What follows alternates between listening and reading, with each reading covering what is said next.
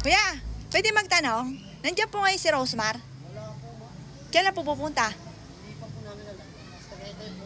Ah, sa Tagaytay? Bukas yun? Opo, lagi po. Ay, ba't nakalagay sa ano? Sarado doon, dito bukas. Wala, di ko po rin nabasa. Hindi siya pupunta? Maganda si Rosemar sa personal. Opo, ma. Oh?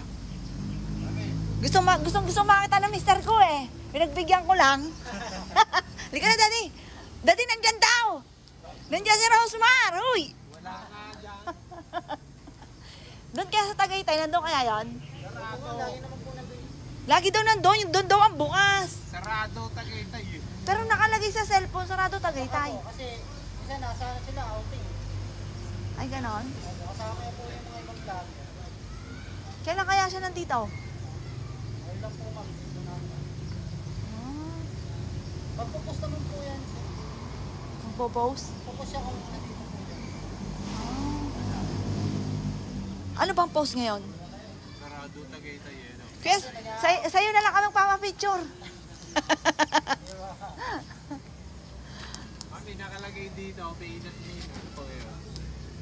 Sa Tagaytay daw bukas eh. May nung isang June na ngayon. Ang laksi na. Kuya, nasa Tagaytay siya na.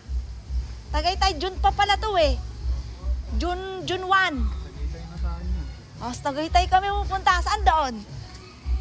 Pwede malaman? Sa bahay din po nila doon. Pwedeng nasa Tagaytay yun. Kaso traffic ngayon doon.